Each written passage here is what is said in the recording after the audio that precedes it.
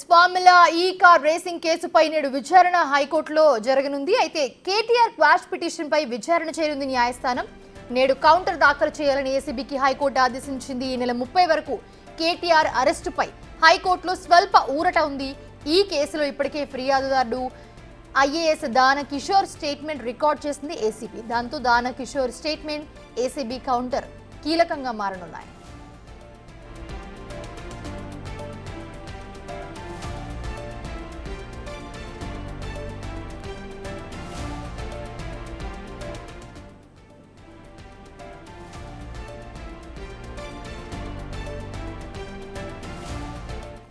ఇదే అంశానికి సంబంధించి మరిన్ని అప్డేట్స్ అందించడానికి మా ప్రతినిధి సురేష్ జాయిన్ అవుతున్నారు లైవ్ లో.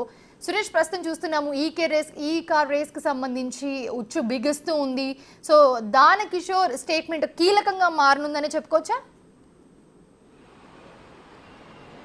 ఖచ్చితంగా, ఎందుకంటే ఫిర్యాదులో కొన్ని అంశాలు మాత్రమే మెన్షన్ చేశారు. కానీ దానకిషోర్ స్టేట్మెంట్లో అసలు ఈ రేస్కి సంబంధించి అగ్రిమెంట్లు ఎట్లా జరిగాయి, అమౌంట్ ఎలా చెల్లింపులు చేశారు, ఏ బ్యాంక్ నుంచి ఏ బ్యాంక్కి అమౌంట్ వెళ్ళింది, ఈ సంతకాలు ఎవరెవరు అధికారులు చేశారు, వీటికి సంబంధించి పూర్తి స్టేట్మెంట్ను ఏసీబీ రికార్డ్ చేసింది. ప్రస్తుతం హైకోర్టుకి ఈరోజు కౌంటర్ రూపంలో ఏసీబీ కూడా దాఖలు చేయనుంది. ఎందుకంటే హైకోర్టు కేటీఆర్ పిటిషన్, క్వాష్ పిటిషన్పై విచారణ సమయంలో ఏసీబీ కౌంటర్ దాఖలు చేయాలని చెప్పేసి కూడా ఆదేశించడంతో ఈరోజు కౌంటర్ దాఖలు చేసిన తర్వాత హైకోర్టులో విచారణ కూడా జరిగే అవకాశం కనబడుతుంది. అయితే ఏసీబీ ఒకవైపు ఈ కేసుకు సంబంధించి ప్రైమరీ ఇన్ఫర్మేషన్ అంతా కూడా తెప్పించుకొని ఇప్పటికే పరిశీలించడం జరిగింది.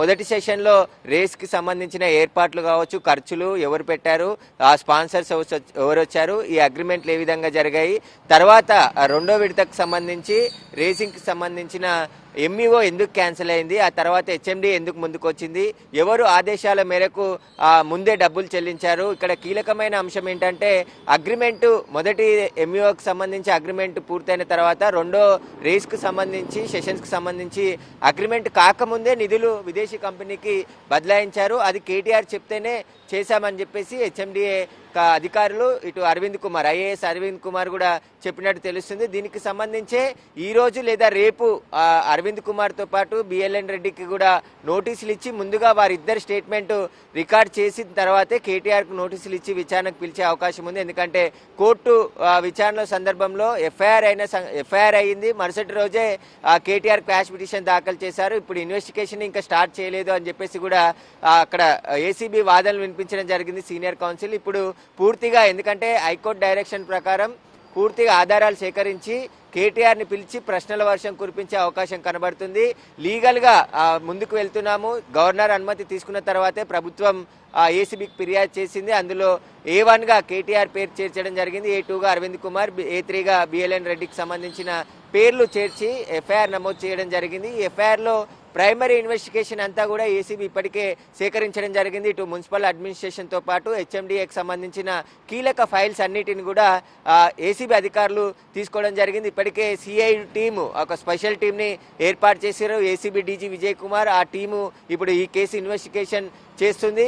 ప్రభుత్వానికి ఎంత నష్టం జరిగింది, ఎంత నష్టం జరగబోయేది ఒకవేళ ఈ ఫార్ములా క్యాన్సిల్ చేసుకోకపోతే అని చెప్పేసి కూడా పూర్తి ఆధారాలన్నిటిని కూడా హెచ్ఎండిఏ ఏసీబీకి అందించింది. ఇప్పుడు ఏసీబీ పూర్తి ఫైల్స్ని అన్నిటిని కూడా వారం రోజుల నుంచి పరిశీలిస్తున్నారు. ఈ కేసుకు సంబంధించి అసలు కేటీఆర్ ఏ విధంగా ఆదేశించాడు, కేటీఆర్కి ఆ కంపెనీకి గల సంబంధాలు ఏంటి, ఆ కంపెనీని హైదరాబాద్కి ఎవరు తీసుకొచ్చారు, ఆ సమయంలో కీలక పాత్ర పోషించింది ఎవరు, అగ్రిమెంట్ కాకముందే విదేశీ కంపెనీకి ఆర్బీఐ రూల్స్ పాటించకుండా 55 కోట్ల రూపాయలు ఎలా చెల్లించారు, దానివల్ల 8 కోట్ల రూపాయలు అదనంగా ఫైన్ కట్టాల్సి వచ్చింది, దానికి ఇన్కమ్ ట్యాక్స్ కావచ్చు, ఇటు ఆర్బీఐకి సంబంధించి అని చెప్పేసి కూడా ప్రభుత్వం ఫిర్యాదులో పేర్కొంది. అనేక అంశాలు ఫిర్యాదులు ఇచ్చినప్పటికీ కూడా దానకిషోర్ నుంచి స్టేట్మెంట్ రికార్డ్ చేశారు. దాదాపు అనేక అంశాలు ఈ కేసుకు సంబంధించిన పూర్తి సమాచారాన్ని దానకిషోర్ స్టేట్మెంట్లో రికార్డ్ చేయడం జరిగింది. ఆయన స్టేట్మెంట్ ఇప్పుడు చాలా కీలకంగా ఉండబోతుంది. ఆయన స్టేట్మెంట్ ఆధారంగానే కేటీఆర్ని